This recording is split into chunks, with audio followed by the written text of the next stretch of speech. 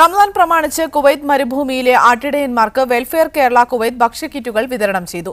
ഒരു മാസത്തേക്കുള്ള അവശ്യ സാധനങ്ങൾ അടങ്ങിയ 100 കിറ്റുകളാണ് കഴിഞ്ഞ ദിവസം അബ്ദലി മരുഭൂമിയിലെ വിവിധ ടെന്റുകളിൽ വിതരണം ചെയ്തത്.